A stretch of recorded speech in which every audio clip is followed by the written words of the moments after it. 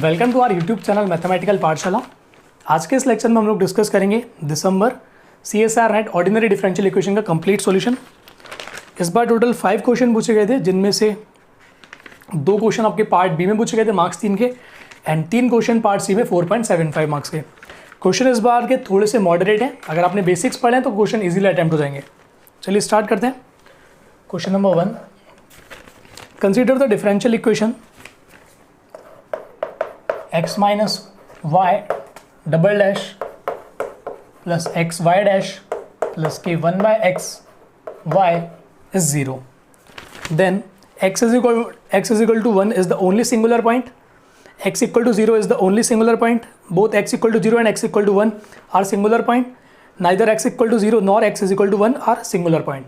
अगर आप इसको स्टैंडर्ड फॉर्म में रिड्यूस करेंगे, क्योंकि इसका जो ऑर्डर 2 है, this order should be 2 always. अगर आप x की वैल्यू 1 पुट करोगे तो उसका ऑर्डर जो है वो डिस्टर्ब हो जाएगा। So this is second order equation. आप इसको लिख सकते हो y double dash plus k x upon x minus one y dash plus k 1 by x into x minus one y is equal to 0। Now this is your y double dash is equal to minus of this. अब ये देख सकते हो ये second order की equation तभी रहेगी जब आपका x नॉट इक्वल टू 1 हो और नॉट इक्वल टू 0 हो। एंड वेरीफाई कर सकते हो कि x इज इक्वल टू 1 पर जो ये फंक्शन है ये इन्फिनिटी पे टेंड कर जाएगा और 0 पर ये वाला फंक्शन इन्फिनिटी पे टेंड कर जाएगा। So x equal to 1 and x equal to 0 both are singular point. So इसकी ये दोनों ही सिंगुलरिटी हैं। आप 0 का कोई भी अलग नेबरहुड ले लो, take any neighbourhood of 0 of radius r and remove 0। तो जो ये आपका y डबल डैश है ये हमेशा इसमें एनालिटिक हो जाएगा, अगर आपका y और y डैश दोनों एनालिटिक है तो।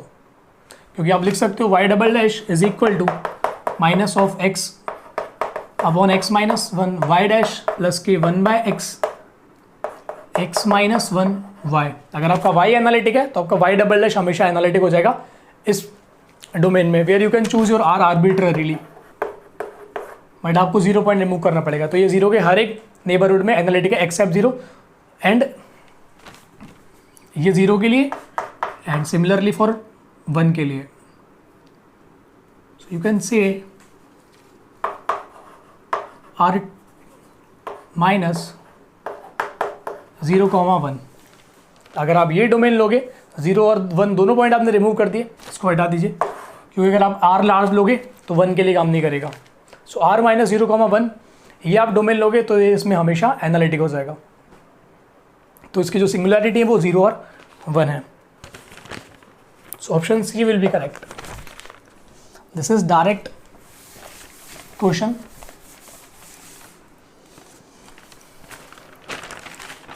Question number 2, the set of real numbers lambda for which the boundary value problem d2y by dx2 plus lambda y is equal to 0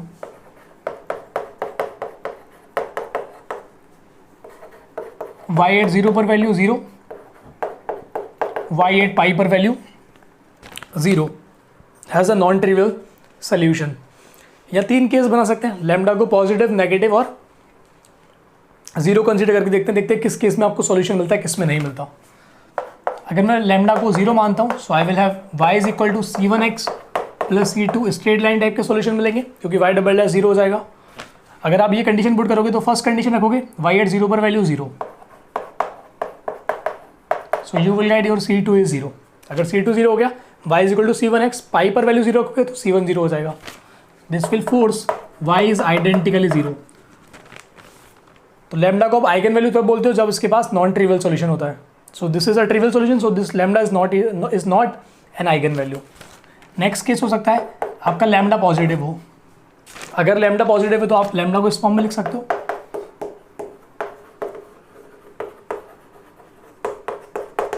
lambda is of the form k square where k is some real number. तो आपकी जो equation है वो इस type की हो जाएगी, y double dash plus k square y is equal to 0। इसको सॉल्व कर सकते हैं। इसका जो सॉल्यूशन होगा that will be c1 cos kx plus c2 sin kx। ये सॉल्यूशन बन जाएगा इसका। चलिए देन इससे पहले ये केस डिस्कस करते हैं। अगर आपका समझो लैम्डा नेगेटिव है, सो lambda will B of the form minus k square where के इज सम रियल नंबर, और चूज कर सकते हो non zero real number, because अगर ये जीरो हो गया तो जीरो का केस हम लोग डिस्कस कर चुके हैं। इस केस में जो आपका सॉल्यूशन बनेगा, इक्वेशन हो जाएगी y double dash minus k square y is equal to zero. Equation solution आएगा c1 e power kx plus c2 e power kx, and lambda आपका नेगेटिव है, तो यहाँ पर आप चाहे तो स्क्वायर रूट ऑफ लैम्डा लगा सकते हैं माइनस करके, this is minus this is plus. इस केस में अगर आप ये कंडीशन पुट करोगे y एट जीरो पर वैल्यू जीरो, तो आपको मिलेगा zero is equal to c1 plus c2, and y at pi पर वैल्यू अगर आप चेक करोगे तो y एट पाई पे आ जाएगी c1 e power minus k pi plus c2 e power plus के पाई, ये आ जाएगा। देन अगर आप इन दोनों को सॉल्व करोगे तो यहाँ से भी आपके पास c1 c2 दोनों जीरो आएंगे, चाहे तो आप मैट्रिक्स फॉर्मेट से सॉल्व कर सकते हो या फिर एलिमिनेट करके भी सॉल्व कर सकते हो। अगर आप मैट्रिक्स में देखोगे तो आपके पास जो मैट्रिक्स आएगी 1 1 e पावर माइनस के पाई e पावर के पाई, तो इसका डिटर्मिनेंट आपके पास नॉन जीरो आएगा because this is e power k pi minus of e power minus k pi, this is non zero, because ये जीरो तभी होगा जब आपका k जीरो होगा, अदरवाइज कभी पॉसिबल नहीं है, but k is non zero real number. So अगर इसका डिटर्मिनेंट नॉन जीरो है सो इसके पास सिर्फ और सिर्फ ट्रिवियल सॉल्यूशन होगा। ट्रिवियल सॉल्यूशन मीन्स c1 और c2 दोनों जीरो हो जाएंगे, सो इस केस में भी आपकी आइगन वैल्यू नहीं बनेगी। नेक्स्ट केस आता है आपके पास जब आपका लैम्डा पॉजिटिव है, तो lambda can be written as k square form and lambda is positive, so c1 cos kx plus c2 sin kx, इसको आप ऐसे भी लिख सकते हो c1 cos square root of lambda x plus c2 sine square root of lambda x. ये इसलिए लिख पा रहे हो आप क्योंकि जो आपका लैम्डा है वो पॉजिटिव है, तो अगर आप इसका स्क्वायर रूट लोगे तो पॉजिटिव स्क्वायर रूट आएगा। अगर आप के निकालोगे तो प्लस माइनस के root lambda, but lambda is positive.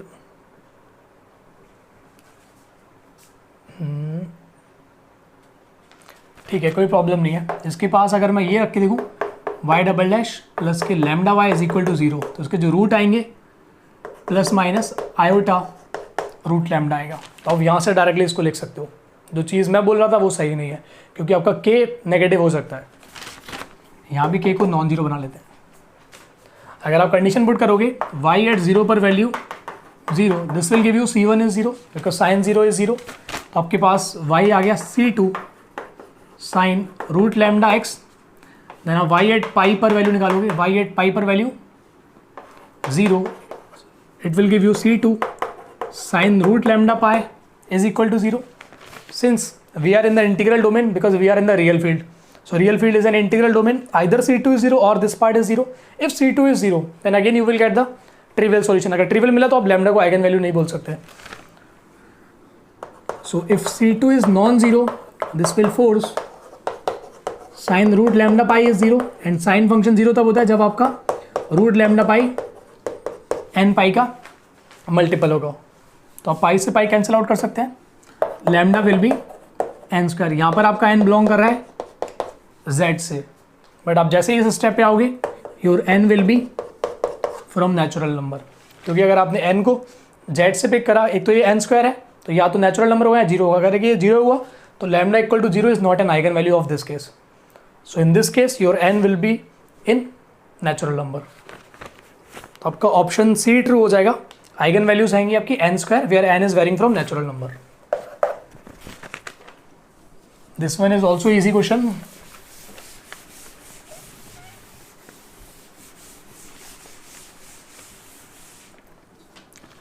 चलिए नेक्स्ट क्वेश्चन बात है, question number 3। Consider a system of first order differential equation. We have given x dash y dash where x and y are dependent variable and t is independent variable. This is 1 1 0 minus 1 x y। तो मैंने इसको directly matrix form में लिखा हुआ है। The solution space of this system spanned by, तो आपके solution space की स्पैनिंग साइड पूछा है, तो उसका अगर मैं आपको डायरेक्टली पूरा सोल्यूशन दे दूँ वहाँ से क्लेम कर सकते हैं। सो उसको सॉल्व करते हैं by using eigen value method. यहाँ पर आपके पास ए की जो आइगन वैल्यू है वो 1 और -1 है, because A is your upper triangular matrix. Upper triangular matrix की जो डायगोनल एंट्रीज होती है वो हमेशा आइगन वैल्यू बनती है। तो आइगन वैल्यू 1 -1, 1 के करस्पॉन्डिंग आइगन वेक्टर -1 के करस्पॉन्डिंग आइगन वेक्टर फाइंड कर सकते हैं। 1 के करस्पॉन्डिंग आइगन वेक्टर फाइंड करते हैं। A minus lambda I x is equal to 0। तो आपके पास लैम्डा की वैल्यू 1 है, तो a -1 करेंगे, this is 0, this is 1, this is -2, x1 x2 is 0 0। तो आपके पास यहाँ से आएगा x2 is 0 and x1 you can choose arbitrarily. तो आप x1 कोई भी नॉन जीरो वेक्टर पिक करेंगे, नॉन जीरो एलिमेंट पिक करेंगे, तो x1 x2 हमेशा आइगन वेक्टर बनेगा। तो 1 के करस्पॉन्डिंग में आइगन वेक्टर मान लेता हूँ, से 1, 0 और इसके सारे के सारे कांस्टेंट मल्टीपल एक्सेप्ट 0 मल्टीपल, क्योंकि अगर 0 लोगे तो आइगन वेक्टर 0 बन जाएगा, लेकिन आइगन वेक्टर कभी 0 नहीं होता। तो इसके सारे के सारे non zero scalar multiple eigen vector बन जाएंगे corresponding to lambda is equal to 1।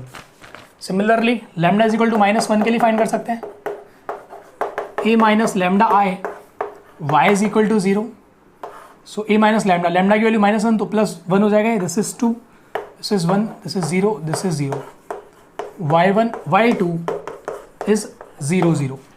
तो यहाँ से अगर आप कंपेयर करेंगे तो आपके पास आएगा 2y1 प्लस y2 इज 0। तो अगर आप y1 को 1 पिक करेंगे तो y2 will be -2।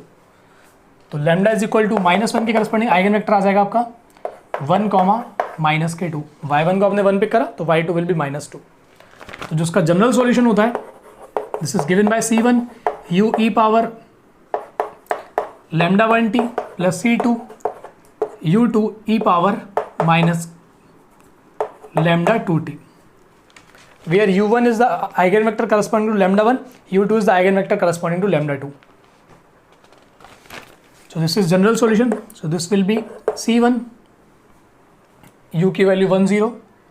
So this is e power t 1 0 plus C2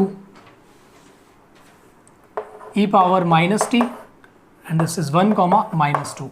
तो आप इसका स्पैनिंग सेट देख सकते हैं। अगर आप देख सकते हैं, this is span by e power t 0, e power -t -2 e power -t। So this is span by these 2 columns. Option पे आते हैं 0 e पावर -t। अगर आपको नीचे e पावर -t बनाना है तो अगर e की पावर -t का फैक्टर नीचे आएगा तो ऊपर भी आएगा, तो इस टाइप का आप कभी भी सॉल्यूशन जनरेट नहीं कर पाएंगे। तो option A false, option B false हो जाएगा। वेरीफाई कर सकते हो आप लोग, जो कॉस हाइपरबोलिक टी आप वहाँ से वो कभी जनरेट नहीं कर सकते, क्योंकि अगर आप कॉस हाइपरबोलिक टी लिखोगे तो cos hyperbolic T means e power t plus e power -t/2।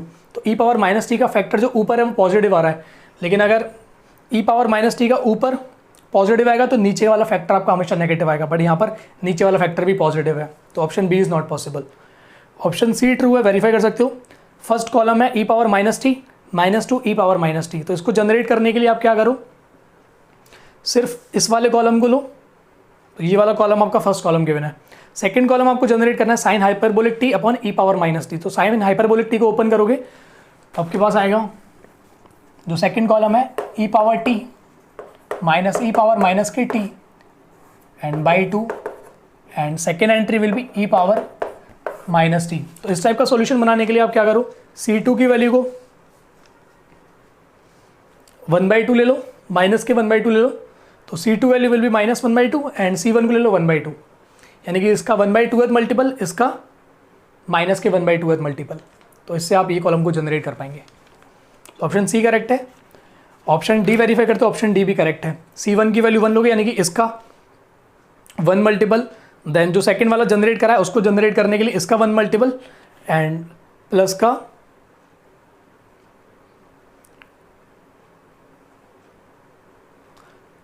Minus के 1/2 मल्टीपल ऑफ दिस। तो इसका 1 मल्टीपल, इसका माइनस के 1/2 मल्टीपल, तो आपका डी ऑप्शन भी जनरेट हो जाएगा। और सी और डी में आप वेरीफाई कर सकते हो कि दोनों की दोनों लीनियरली इंडिपेंडेंट है। So option C and option D will be correct. इसमें बस आपको थोड़ी सी ऑब्जर्वेशन चाहिए और साइन हाइपरबोलिक कॉस हाइपरबोलिक की डेफिनेशन आपको दोनों होनी चाहिए। अगर आपने कॉम्प्लेक्स एनालिसिस पढ़ी है तो आप कभी मतलब हाइपरबोलिक फंक्शन में कॉन्फ्यूज नहीं होंगे। Question number 4, this is little bit tricky. We have given a second order variable coefficient differential equation. देखिए जब भी वेरिएबल कोएफिशिएंट डिफरेंशियल इक्वेशन है उसको सॉल्व करने का कोई पर्टिकुलर मेथड अवेलेबल नहीं है, तो उसको जब भी आप सॉल्व करोगे या तो वो बहुत लेंथी जाएगा या आप उसमें कोई ना कोई ट्रिक यूज़ करके सॉल्व कर सकते हो। आपको जो इक्वेशन गिवन है y double dash minus k 2 10x y dash minus के y is equal to 0 and this is defined on minus k pi by 2 comma pi by 2। जब भी किसी डिफरेंशियल इक्वेशन का डोमेन गिवन है आपको, तो this is playing an important role while solving this equation. तो आपको डोमेन में ध्यान में रखते हुए सॉल्व करना है। इसको आप सॉल्व करना चाहो तो इस तरीके से सॉल्व कर सकते हो कि जो आपका ये वाई डैश वाला टर्म है आप इसको रिमूव कर सकते हो, यानी कि जो आप नॉर्मल इक्वेशन फाइंड करते हो वहाँ से भी सॉल्व कर सकते हो, बट वहाँ से आपका इक्वेशन लंबा जाएगा। जो आप लिखते हो y is equal to v x into y one x is a solution. Then आप y1 की वैल्यू कुछ इस टाइप से लिखते हो माइनस के 1/2 ई पावर माइनस के 1/2 इंटीग्रेशन p dx, कुछ इस टाइप से सॉल्व करते हो, but that will take little bit time. तो आप उसकी जगह इसको कुछ इस टाइप से सॉल्व करो तो आपका क्वेश्चन थोड़ा जल्दी सॉल्व हो जाएगा। इसको लिख सकते हैं tan x को लिख सकते हैं sin x upon cos x and cos x does not vanish in this domain. तो अब cos x से cos x जो नीचे लिखा होगा वो हमेशा वेल डिफाइन है, तो cos x से मल्टीप्लाई करते हैं cos x y double dash minus k 2 को रिमूव करते हैं, इसको लिखते हैं इस फॉर्मेट में y dash sine x minus y dash sine x minus के y cos x is equal to 0। तो मैंने 2 को जस्ट मर्ज कर इस टाइप से शिफ्ट कर दिया। इसको आप ऑब्जर्व करो, so this is nothing but y dash cos x whole derivate, क्योंकि आप y डैश को रोकोगे cos x का करोगे तो माइनस के साइन x ये टर्म आ जाएगा, cos x को रोकोगे ये इसका करोगे डबल डेरिवेटिव आ जाएगा तो ये टर्म आ जाएगा। सिमिलरली यहाँ से इसको अगर आप ऑब्जर्व करोगे, so this is derivative of y sine x। y को रोकोगे साइन x का करोगे तो cos x, तो माइनस के y cos x, sine x को रोकोगे y का करोगे तो y dash sine x and minus लगा हुआ तो ये माइनस का है, so this is equal to 0। इसको डायरेक्ट इंटीग्रेट कर सकते हैं, इंटीग्रेट करेंगे so we will be getting y dash cos x minus के y sin x is equal to some constant say c1. Again you can observe this is nothing but the derivative of y cos x. आपने y को रोका cos x का करोगे तो minus sine x, तो minus के y sin x, cos x को रोकोगे y का करोगे तो y डैश, तो आपके पास ये टर्म आ जाएगा। देन इसको इंटीग्रेट करोगे तो y cos x is equal to c1x plus c2. So your y will be sec x c1x plus c2।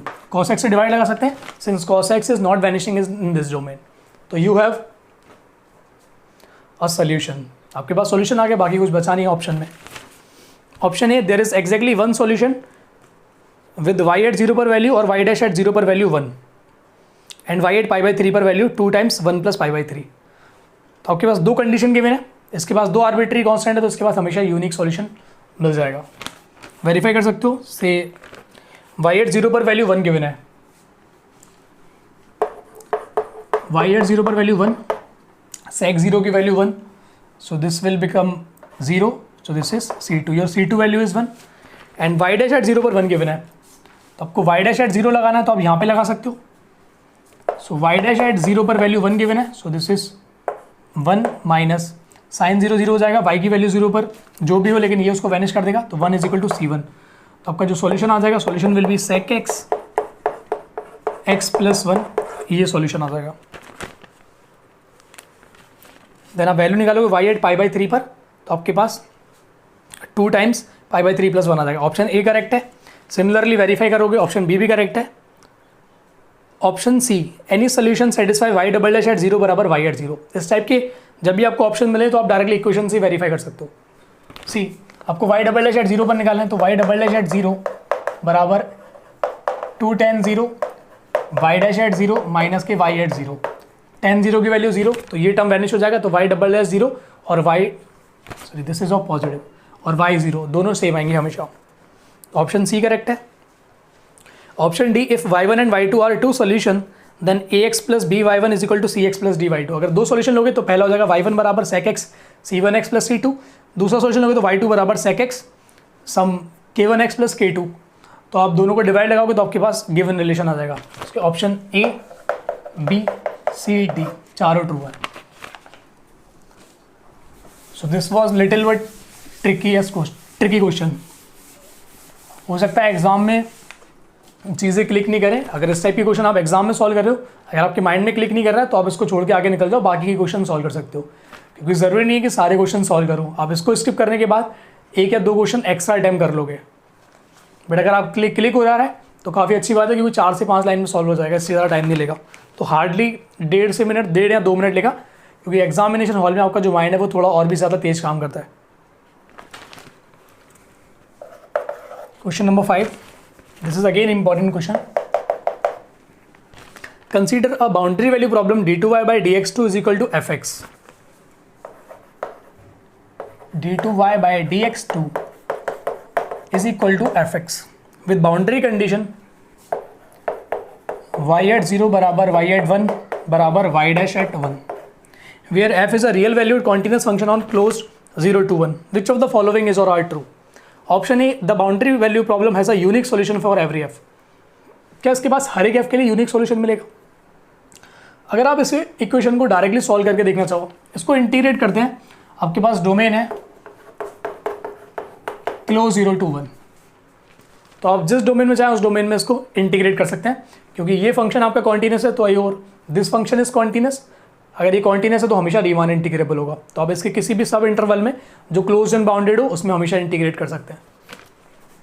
तो अगर आप इसको इंटीग्रेट करते हैं 0 to x y double dash dx is equal to 0 to x fx dx। Basically जो ये question है ये इंटीग्रल इक्वेशन का ही है।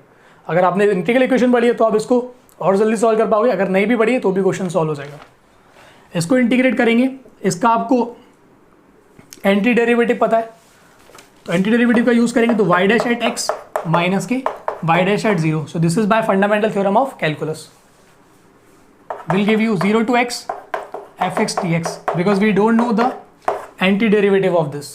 लेकिन अगर फंक्शन कॉन्टिन्यूस है तो एंटी डेरिवेटिव हमेशा एग्जिस्ट करेगा, but converse is not true. तो यहाँ पे आपके पास y dash at x minus y dash at 0 बराबर 0 to x integration fx dx। See we don't know the value of y dash at 0, तो आप y डैश एट 0 भी find कर सकते हो। सी यहाँ पर आपने इंटीग्रेट करा है with respect to the limit 0 to x, इसको मैं इंटीग्रेट करता हूँ 0 to 1, so I will be getting 0 to 1 y double dash dx is equal to 0 to 1 fx dx। यहाँ से आपके पास आएगा y dash at 1 minus y dash at 0 is equal to 0 to 1 fx dx। तो आपके पास y0, y1, y dash 1 इन सब पर value same है, तो y डैश 1 की जगह मैं यूज़ कर सकता हूँ y dash at 0 plus this, sorry y dash at 0 की जगह मैं यूज़ कर सकता हूँ y डैश 1 माइनस के integration 0 to 1। So I will be having y dash x minus y dash 0 की जगह y डैश एट 1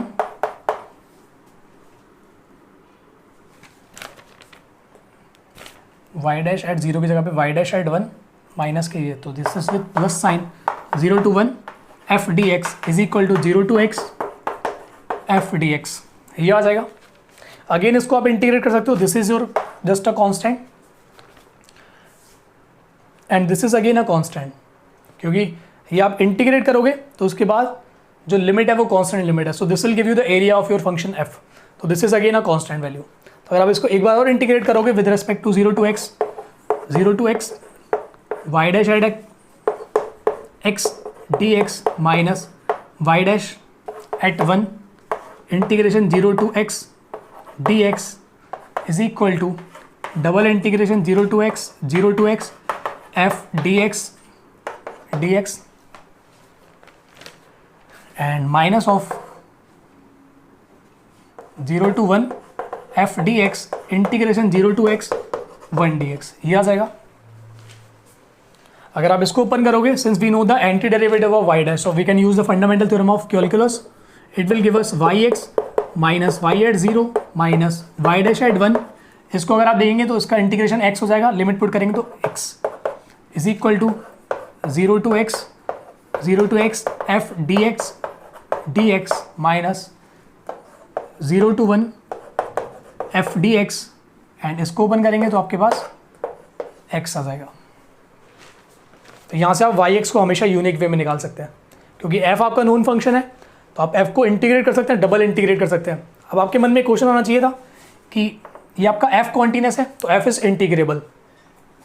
क्या integration 0 to x fx dx क्या ये इंटीग्रेबल है?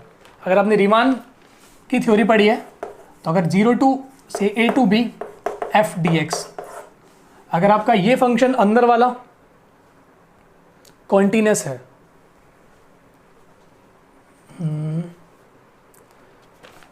जो कि लिमिट है 0 to x और a to x, अगर आपका ये अंदर वाला फंक्शन कॉन्टिन्यूस है तो ये ओवरऑल फंक्शन आपका डिफरेंशिएबल हो जाता है।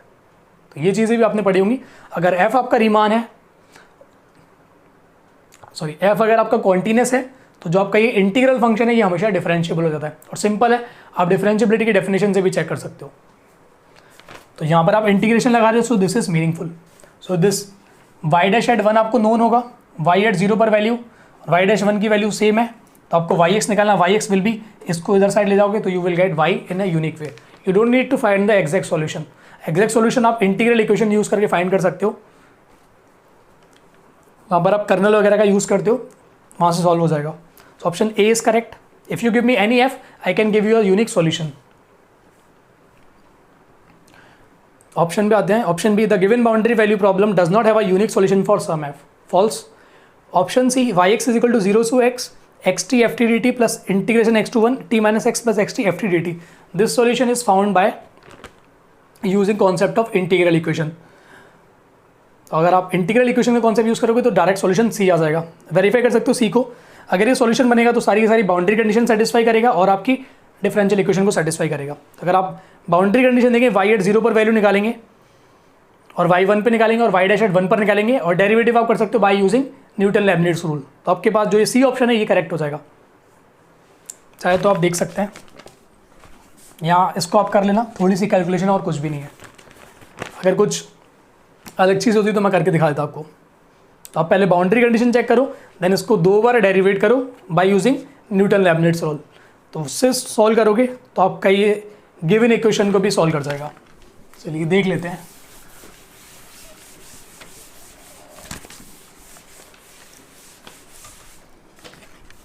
आपको गिवन है y at x is equal to 0 to x x t f t d t plus x to 1 t minus x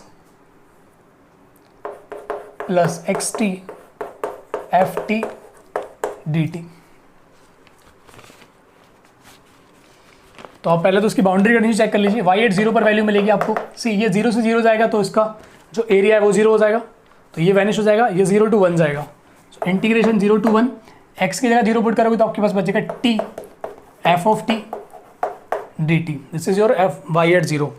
y at 1 निकालोगे, सी 1 निकालोगे तो आपका ये जो लिमिट है 1 से 1 जाएगी, तो ये पार्ट 0 हो जाएगा, क्योंकि 1 से 1 में आप इंटीग्रेशन निकालोगे वो 0 आ जाएगा। So it will give you 0 to 1, यहाँ से x की वैल्यू 1 पुट करोगे तो t times f t d t. Y dash उसको आप एक बार डेरिवेट करोगे by using Newton Leibniz rule, y dash x करेंगे, सो 0 टू एक्स, यहाँ पर पहले आप इसको पार्शियली डेरिवेट करोगे with respect to x, so you will be getting t f t d t plus आप एक्स पुट करोगे टी की जगह तो आपको मिलेगा एक्स स्क्वायर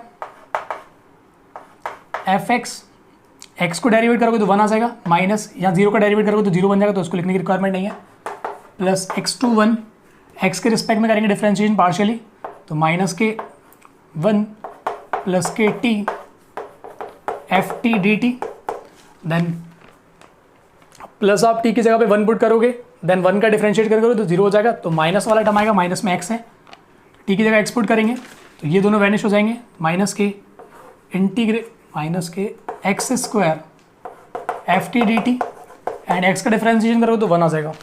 ये दोनों टर्म, सॉरी यहाँ पर सिर्फ एफ एक्स आएगा, ये दोनों कैंसिल आउट हो जाएंगे। So I will have this two term. अब y डैश एट 1 पर वैल्यू निकाल सकते हो, y डैश एट 1 पर निकालोगे ये वाला पार्ट 0 हो जाएगा, क्योंकि 1 से 1 लिमिट जाएगी तो आपका एरिया 0 आएगा, तो this will be 0 to 1 t f t d t. Check कर सकते हो ये वैल्यू और ये वैल्यू तीनों वैल्यू सेम है, so this is satisfying boundary condition. Again आप इसको एक बार और डेरिवेट करोगे तो आपके पास सिर्फ एफ एक्स फंक्शन बचना चाहिए, उसको भी वेरीफाई कर लेते हैं।